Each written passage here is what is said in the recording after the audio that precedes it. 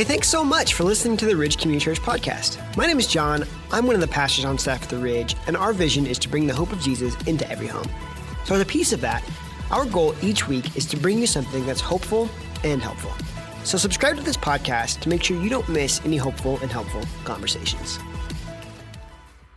Hey everyone, and thanks for listening to this episode of the Ridge Community Church podcast.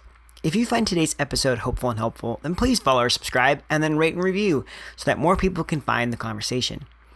Well, today marks the beginning of a new change to the podcast. Starting with this episode going forward, there's going to be a new co-host on our interview episodes. The Ridge Arts Director, Nate, is joining me, and I'm super excited about this. I found Nate to be super thoughtful in the way that he listens and asks questions, and he's a pretty fun guy too, so it'll be fun to connect with him as we chat about these things. So make sure to stick around until after the interview, where Nate and I will chat about the conversation and see what insights we could gain from it. Which brings us to today's guest, Tyler Volkers, the Director of Ridge Families and Online Campus Pastor at the Ridge. We chat with Tyler about his journey to not just get healthy physically, but to pursue health in all the different areas of his life. So he shares some great practical stuff that you can apply today. This is our conversation with Tyler.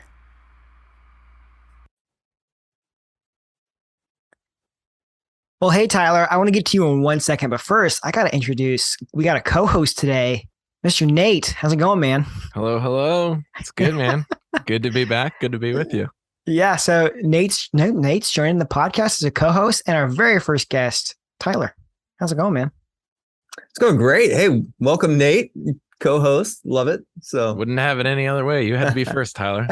Oh, wow. Well, we'll set the bar low and everyone else can just jump right over. I appreciate that. That's very selfless, Tyler. I appreciate that. Being of a team that gives, I mean, hey, you know, your Bears, they pulled out a win. Hey, wait, so Nate, I can't remember. Are you a Bears fan as well? Wow. People just Nate is nodding his head for those who are listening to the podcast. So everyone. We saw a nod. But actually, fun fact, Nate and I came from the same area code, which is the Rockford side of Illinois. But he nodded yes to the Bears fan. 815, baby. Wow. Okay. Yeah. So some radio lessons coming in right away for Nate. Okay. So what are your guys' predictions for the Bears this year? Are they gonna finally beat the Packers? So this is right before the Sunday night game is going to happen, which I fully expected the Bears to lose badly to the Niners, and which the first half looked like that was going to happen.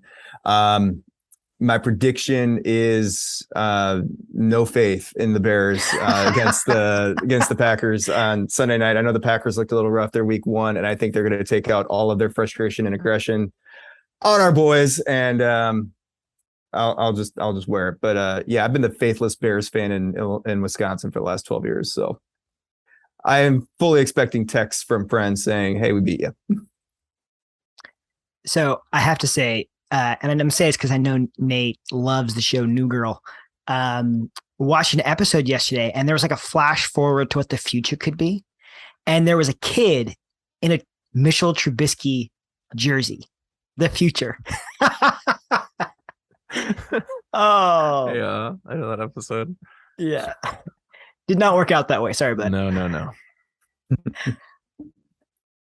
Well, hey, as much as this is a ESPN Sport Talk Radio, I don't even know if I can say ESPN on this, but there it goes. So the last couple of years, Tyler, you've been on a little bit of a health journey. I'm curious what that has been like. I know that I've seen some of the stuff you've posted on Twitter and things about what that journey has looked like, but maybe just start us off and share, like, hey, what were you noticing about yourself that made you want to go on that journey, and what has that journey been like?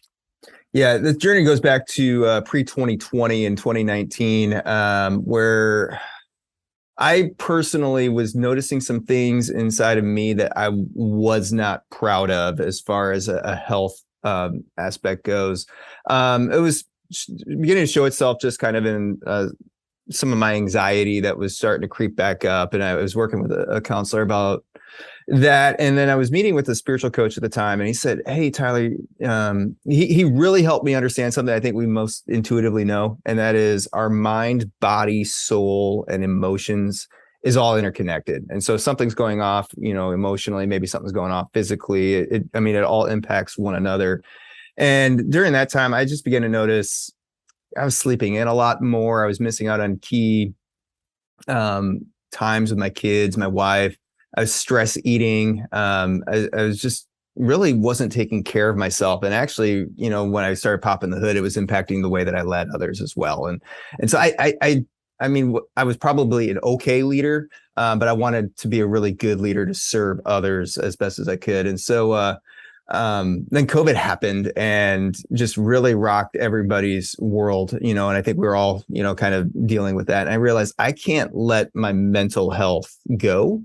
And I was realizing I need to figure this out. And so I started just really kind of thinking through, okay, how can I approach my health from a physical, mental, emotional standpoint? And there was one key, John, just to kind of begin this whole journey that started a couple of years ago. Was I was preparing for a message that we gave here at the Ridge during a series called Head Games. And I was researching a message that we gave, and it was this whole idea of like, hey, if you win what's going on in your mind, you're going to win everything else outside of you. And I was looking at a message that Pastor Craig Rochelle, who's a pastor out in Oklahoma, he gave, and he just said something that maybe wasn't his profound big idea of the message, but it was profound for me. And that was, he was talking about our physical health versus our emotional health. And he said, so often, he said, when we approach our physical activity, working out is not just enough. It's what you put in your body that ultimately impacts your physical health. And the same thing with our mental health. What we do with our mind, like, hey, I'm reading the Bible. Hey, I'm praying. Hey, I'm, spending time with my wife. What we do with it is not enough. It's what we put into it as well. And for me, that was a game changer to focus on, hey, what am I doing for myself internally, both with my mind, the foods that I'm eating, the things that I'm consuming? Am I putting in enough healthy things inside of me that's leading to what I can look like health-wise on the outside? And so that really began the journey for me as far as pursuing overall health. And that was the catalyst for that. That's good. Tyler, I think it's really cool that you connected like your health to your leadership and like those things that were going on in your life. Like, honestly, I feel like I fall in the category that a lot of us guys do, where it's like, oh, I feel weird. Like, just going to walk it off. Like, I'm just going to like, oh, who cares? I'm just going to like, have a beer and just like watch some TV and, whatever. But I'm curious about like what it was when you were kind of having some of these things. What are some of these symptoms you noticed that kind of gave you that perspective of like, oh, maybe this is actually affecting me. Maybe this is actually something I should look a little bit more at and not just try to like sort of muscle through, Yeah, great question, Nate. A couple of things that I began to notice that said, hey, I think these are overall warning signs, and nothing I would say is, like overall, hey, red alarms, like, hey, red alerts, like get that guy some help right now. But just some things that I don't think are if they kept on being persistent, they would lead to larger term effects. And so a couple examples, I began to notice real quick, I was overly tired and just physically fatigued. And throughout the day, I would find myself like, hey, I got to plow through this next meeting. Let me just pound another cup of coffee and get through and just live off of that. If I was getting stressed, I would stress eat. And so I would just go and grab whatever, thing of candy or dessert or whatever, we could find, and I know we work at the same Walmart office, special. so yeah, there's things like there. So I was using food to de-stress and not thinking about how am I using this to naturally fuel my body. Sleeping in, just constantly hitting the alarms. I do it a couple times a week where I just realize, oh, hey, I just sleep in and next thing I know, it's an hour and a half, 2 hours later. Well, then it just sets your day later. And so that's creating an impact from all of that. And then irritability with my kids would be another one where I'm just like, hey, I'm just, I can be safer. I can let it all out a little bit more. And just ultimately, hey, these are signs that if something doesn't change, it could maybe lead to longer term impacts or with them. You mentioned that it was kind of a conversation with your counselor that kind of spurred on some of these things. For those that aren't seeing a counselor, Maybe would there be a question that you would ask yourself? Like if somebody's like listening right now, they're like, what would be a good like litmus test? Be like, maybe I need to ask myself these hard questions to figure out where I'm at. That's a great question, John. And I think what my coach did at this time, he was just beginning to kind of walk me through my day and kind of point out the stressors that I was carrying. And even to the point like, hey, am I feeling, the stress in my back or be stressed, with my carrying in my head? And what he was doing, he was calling out the obvious. So even as I'm walking through some of these things that I began to notice, are you beginning to relate to those as well? Do you find a tendency to how are you handling stress? Are you dealing it within a way that you would think is going to lead you to a better spot overall? And if not, or if it's going to take you down a path that you frankly don't want to go, I'd say that, hey, that's a signal to pay attention to and say, okay, what can we do to adjust that? Because we're all on a direction to somewhere. Are we on the direction of where we want to go? Okay, so say somebody they're like, okay, you know what? Maybe I've hit a couple of these things. Like, where do they get started? Like, maybe what do you wish you would have known when you got started? Yeah, so to be candid, I've had a couple individuals over the last couple of months ask me for help, and it started. These have been a number of guys, and it's been kind of like, hey, they pull me aside and say, hey, Tyler, and I'll just state the obvious one that some have noticed is my body composure has changed. And so they're kind of going to me and saying, hey, how do you lose all that weight? And that's where they want to start. And I get why they want to start there, but to me, it's bigger than a weight loss journey, or it's bigger than that. And I walk them through, well, who do you want to become? Because I'm not going to advocate a diet. I'm not going to advocate, hey, work out all the time and do all of this. But what I'm advocating for is pursuing health. And so ultimately is, okay, who do you want to become?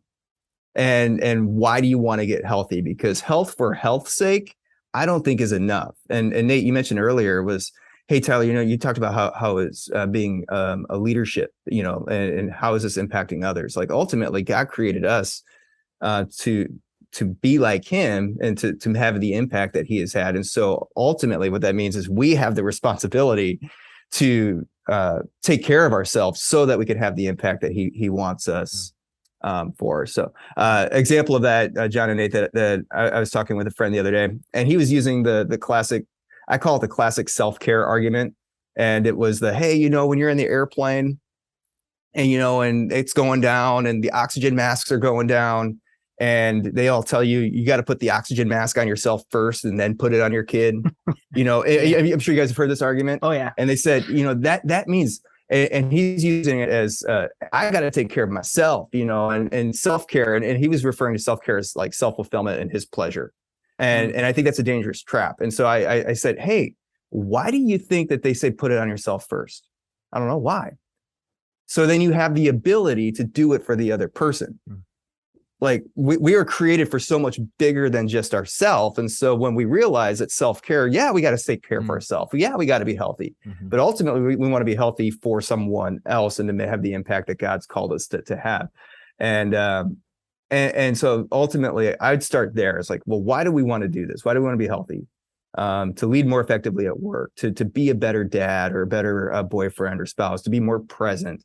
To live out the impact and live out the purpose that we're called to. And so when we have that goal in mind, that makes the habits that lead to health a lot more motivating. Because if you're just to say, hey, I'm just going to eat better and work out, if you don't have a goal for that or a purpose for it, it's not going to really lead anywhere. I feel like that whole point is like a big perspective shift, because like a lot of people like to work out and like to do that almost and they may not necessarily consciously be thinking of it, but almost as a self-serving type thing, to like achieve it for themselves. I, of course, I'm the music person here at the Ridge. Like I've never been like a huge athlete or anything like that. But even for me, it's a big perspective shift to think of where that motivation comes from. And it's not easy, like, being that person that's not always been in the gym and working really hard at that and all that. Like, it's not easy to go Mhm. from that place of, being really, stress eating or just not thinking of your physical fitness or whatever it might be. Everyone's in different places, but there's a gap there, right? Between that and between like being healthy and considering that. And like, I guess maybe what I'd like to maybe even hear you a little bit elaborate more on is like, do you see like, so there's this motivation to do it, but then also in the act of being healthy, do you see that as like maybe a way that you worship God, or do you see that as a way that you can connect with God? And Yeah, a number of ways that I feel like this pursuit of health has allowed me to connect with God. I think first of all, Nate, would just be the overall part of our following Jesus is the stewardship of what He's entrusted us to. And we talk about that a lot, with, hey, with finances, I'm going to trust God, giving back to Him, and I want to steward and use what He's given me well. And that's important. Same thing with time. Our bodies are right up there. And I know that if I'm feeling my best, I'm going to give and serve my best. And so that's a part of a stewardship aspect of it. But then um, using the habits that I've been able to do allows me to connect with God in a number of different ways.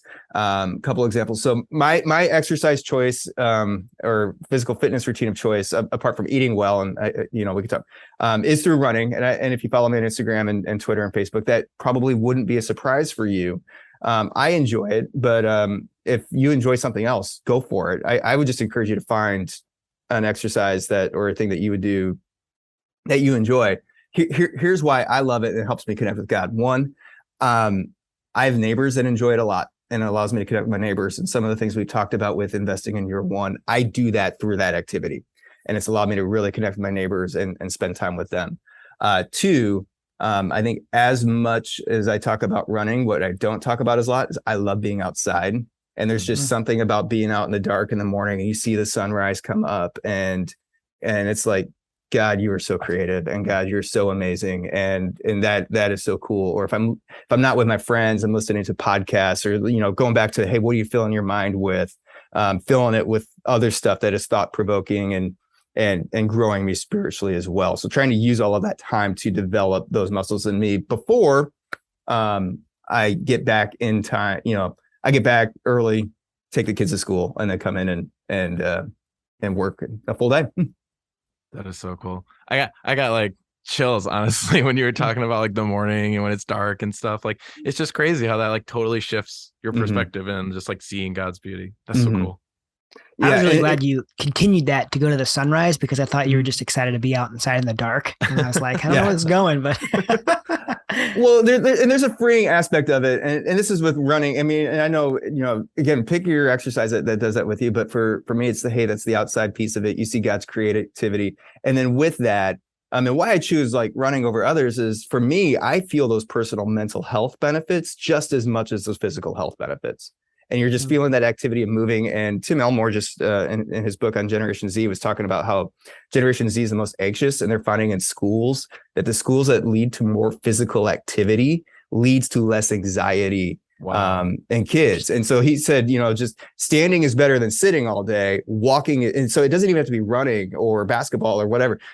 Go for a walk, do something, some physical activity. We see a correlation to less anxiety just through some physical activity. Wow. Yeah, you mentioned how kind of all these things are interconnected, like all these different parts of health are interconnected. And I think we like to compartmentalize, and say, well, I'm healthy over here, and I got this going well. And it's like, well, eventually it's kind of bleed into each other. What are, outside of the physical things, what are some things that you've, like, maybe habits you've created to kind of like start getting healthy outside of just physical?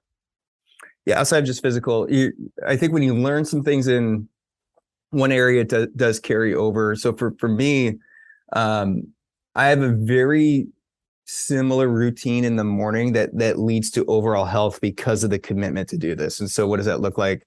Getting up early and spending that time with God. So before you hit that morning run, like, hey, we have that spiritual discipline because that's more important. So we're setting that up. And then we move into the physical activity, and then you go into the work activity. And so what I've learned, John, as far as, hey, if you're going to pursue this, you have to be disciplined to schedule it. Otherwise it's not just going to happen. And a friend of mine who's crazy, and I say crazy because he signed up for a 200-mile race. He was, and he goes, that to does Ridge. qualify. Yes, that qualifies. He's a great dude. And what he says the same thing. He's like, hey, if your priorities are God first, then family, and then this, and you got work. He's like, you have to do some before and some after. So, and so I'm not sacrificing family time by being out on the trails, while they're all there all day. I want to get that done early, and my time with God's going to come before that. And then I still want to be my best at work, and then be my best at home, and just give my best self for those at that time. So I don't want to have those rob one another. And what that leads is to overall, I think, better relational health, because my family sees I'm making that time for them, but I'm also still making the time to take care of myself. And that's been inspiring them to take care of themselves as well.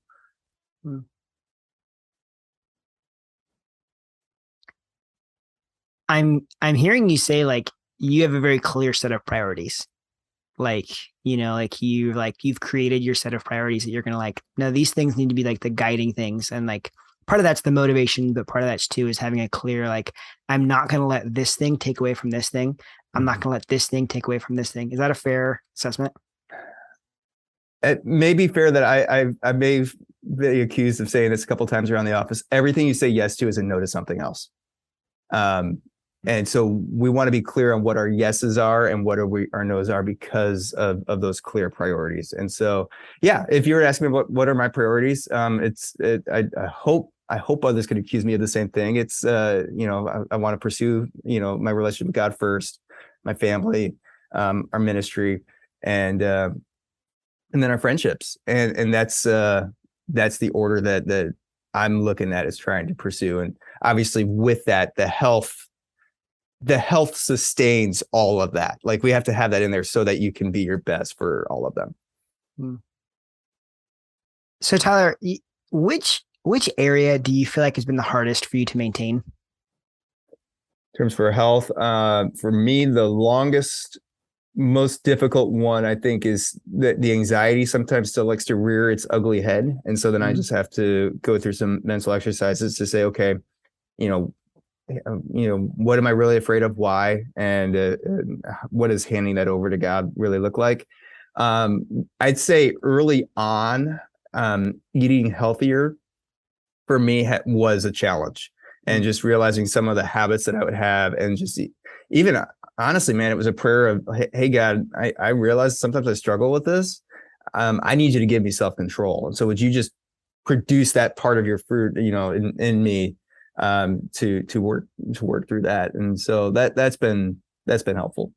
Yeah, that's good. I'm just curious, do you have like a few, just like maybe 4 or 5, just really practical things that you would recommend? Hey, you know what? Here are just a few things that anybody could apply to just like try to get healthier. In terms of physical health or anything? Maybe a grab bag, because I know I've seen some of the stuff that you've had on Twitter of like, oh, here are a few physical things, here are a few like stuff about reading a book or something like that. Yeah, I've what I started doing, John, on my Twitter is just starting to share some things that I've been commonly talking about with friends who've been pulling me aside and asking me about this. It's been kind of those private, text messages like, hey, can help me with this? And a couple things that I mentioned earlier. Hey, this is a healthy. This is a lifestyle choice. I'm not a dietitian. I'm not a nutritionist. I'm not an exercise. I'm none of that. But here's what I've learned along the way. First, we have to start with, well, who do we want to become? What's our real reason for why we want to do this? And then that leads to the practical steps. I mentioned earlier from Craig Rochelle, hey, what we put in our mind and our body matters.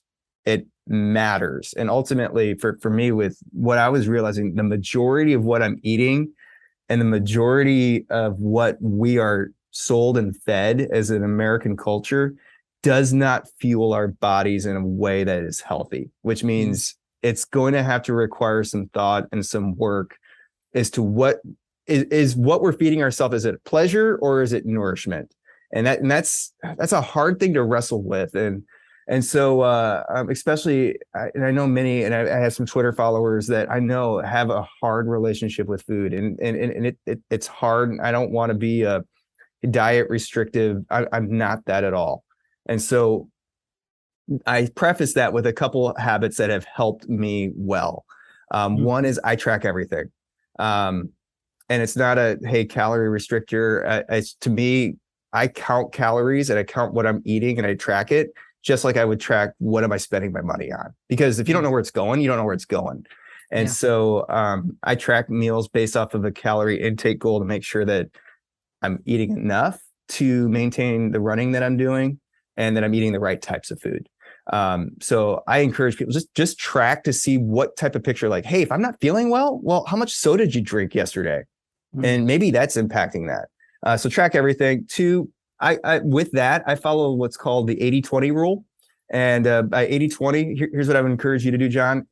80% of the food that you eat in a day, let it be a nourishing food. Let it be healthy fruits, veggies, good proteins, stuff, a bunch of water, make sure that it's doing. But then I am an anti restriction guy, which is kind of a weird thing to say anyways. Yeah. But restriction, reason, right? I talk to people and say, man, I'm cutting out sugar, for the next 2 weeks. Well, what happens? They go in a sugar bend and all the progress they made is lost. And so, the 20%, let that be a beer with the guys.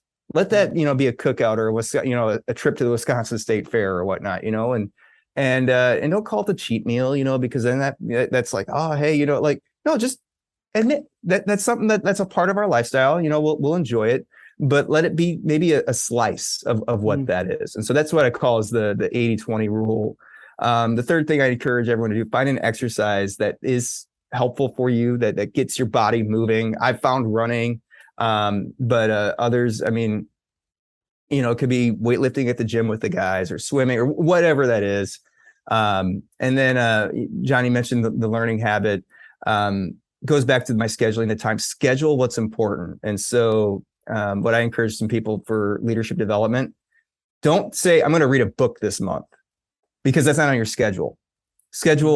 Let's start with a minimum 4 days a week, 15 minutes a day. I'm going to do this and see how far you get. Same thing with exercise. Don't say, man, I'm going to go bench press 200 pounds, because I don't know what that is. I can't do that. But you know what? You can set a timer to lift for 30 minutes or do, some body stuff, so just schedule that time and accomplish that. Yeah. And so during the week, John, let's take my running, for example, I don't say, hey, I'm going to run 8 miles tomorrow. I'm going to have a 60-minute easy run tomorrow, or, we're going to have 45 minutes going up and down the hill, just schedule the time, and what you get done in that time, you get done in that time, and you base that. So that's, knowing your time and your calendar, I think, is very, very important, because when we know how much time we have left, we make the most out of that time that we're using it for. Dude, I love how practical that is. And I think that scheduling principle can be applied to so many other things as well. Like, even if it's like a prayer time or Bible time, I'm scheduling it. So I'm not, you know what I mean? I don't want to, it's a very clear goal, very attainable, to schedule out a part of your day to do certain activities that are going to be just healthier for you. Well, we don't just accidentally get healthy. You just don't act, I think someone once, sicknesses are contagious, health isn't. And so what does that mean? Okay. We're probably not just going to go get sick all the time, but we want to just go ahead and take care of ourselves. And it might be an investment. My wife and I were starting to talk about this, like, hey, how much do we want to spend on running shoes? How much do we want to spend on a gym membership? All of that stuff, which there's a cost to it. Yeah. What we decided was, hey, there's a cost for unhealth as well. And so what we've said is we would rather spend that money on the front end and spend some of that investment, which is going to be less overall, and say we'd rather pursue this type of health rather than others, which the other no's that we've said make up for it. So we're like, hey, we want to cook well. Okay, that's going to be maybe less nights out, but we get to involve our kids in the process to cook well together. And my wife is amazing and somehow gets great food in our house on a set budget and is and we're healthy, and she does things that I'm like, okay, you figured it out, we're well done, way to go, so Yeah. with 2 kids and all that in the house. Dude, that's awesome. Thanks so much for sharing this stuff with us. Well, thank you, man. I hope it's helpful, and I hope it inspires people to not just get healthy for health's sake. I mean, that's okay, but why do we want to do it? Because I think God has called us all to make an impact. God has called us all to make a difference, and we can make the biggest difference and the biggest impact by being the best version of ourselves. And that's why I want people to get healthy, is so that they can be at their best for whoever and whatever needs them to be. Dude, that's so well said. Thanks for coming on the podcast. Thank you, man. Thank you, Nate. Welcome to the podcast. Excited to have you guys co-hosting, and thanks for having me on. Well, that was a nice conversation with Tyler. And Nate, I'm curious, like, you're hearing that, and do you have any kind of takeaways that kind of jump out at you right away? Yeah, I mean, Tyler just shared some really cool stuff, like some real stuff that really resonated with me. And just that question of, how am I handling stress? Like asking myself that question, I feel like kind of forces me to maybe acknowledge ways that I am handling it that maybe are not healthy, And so I took that away as a great question to just be asking myself, particularly when I'm feeling really stressed. It's like, hey, how am I handling this? And then, of course, that could potentially lead me to like create some of those good habits that he was talking about, I think that's really good. I think one of the hard things about healthiness is sometimes when you are unhealthy in certain areas, it's hard to recognize that unless you kind of like consciously go after it or try to identify like, hey, how am I doing here? I don't think we come with, well, I'd like it to running out of gas, right? Like we don't have a gauge, but we know when all of a sudden we run out of gas. Right. And so what are ways that we can create to like, I don't know, figure out where we are as far as the gas meter and kind of figure out what we need to do. I'm curious. I really appreciated kind of just how he laid some things that he laid out, kind of how they kind of fit holistically together, like figuring out your priorities and who you want to be and how both of those like things lead to motivation to do these things. Where it's kind of like a holistic approach to health versus a kind of being a prisoner of the moment and being like, oh, I want to go after this bright, shiny health goal after this bright, shiny health goal. Does that kind of make sense? Yeah. I think that was like actually a really freeing part of it too, because, I think it could become like a stressful thing in and of itself to try to be healthy if like you weren't viewing it in that way of, like Tyler was saying that he literally just thought through like, okay, what do I enjoy? Like at least in regards to physical activity, he was like, okay, I like running and maybe I'll do that, so everybody, likes potentially different kinds of activity that they could get into, whether it be hiking or a certain kind of sport or, and then even with like food and stuff too, like, there's options. Like we're blessed to be in a culture that like we do have those options and stuff. So I try to see it in sort of that freeing, like you said, holistic way where it's more like, hey, how can I make this possible for my life? How does this make sense for my life? Yeah, I think kind of walking away as we wrap up, probably the one thing I would say, recommend to anybody, and I think you probably agree with this, Nate, is just like take one thing from what Tyler talked about and try to apply it, and if that thing isn't yet who you want to be, if it isn't like a becoming healthier goal, like then maybe that's the thing. Is that fair? Yeah, totally. Cool. Well, awesome. Thanks, Nate. Thanks for this maiden voyage of co-hosting. Of course. I know it kind of it kind of tailed off there at the end as you kind of had some technical difficulties, but glad to be able to get that righted. And thank you all listeners for bearing with us as we're kind of figuring all this thing out. And hopefully you had as much fun as I did, because this is a blast. So sure did.